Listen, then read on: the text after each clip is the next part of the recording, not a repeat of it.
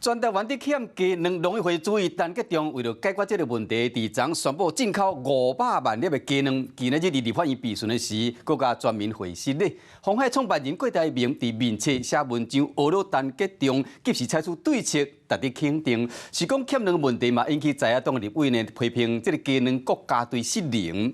陈吉仲呢伫备询的时表示讲，今年会完成200位这个鸡寮的环境改善，那全台湾鸡寮要改善，差不多要3年。时间没有做到让消费者可以及时买到这样的一个鸡蛋，我当然要来道歉。全台湾大欠卵，农委会主委陈吉仲今仔日备询的时，人面册破文了后，第2摆甲全体民众会师咧。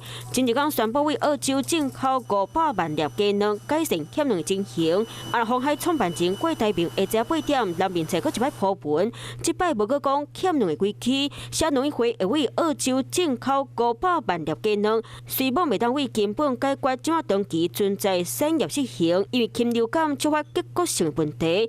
陳吉仲主委想對策解決現主時的問題，值得大家肯定。不過陳吉仲把欠卵的問題怪予禽流感，甚至是寒天食火鍋用量變多，和在野黨的立委罵個無力。產銷的環節當中都沒有做好一個很精準的一個評估。11月之後呢，我們就沒有再進口雞蛋。如果一個月減少了進口900萬顆雞蛋，那麼我們怎麼會不缺蛋呢？雞蛋比較少，這是事實哈。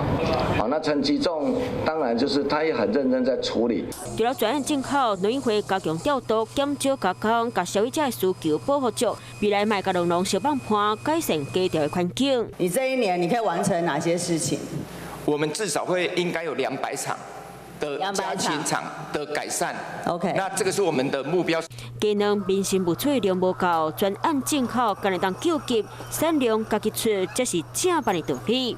有事沒事趕緊轉開華視，還沒有訂閱華視的 YouTube 頻道嗎？趕緊按讚、訂閱、開啟小鈴鐺，我們華視 YouTube 見。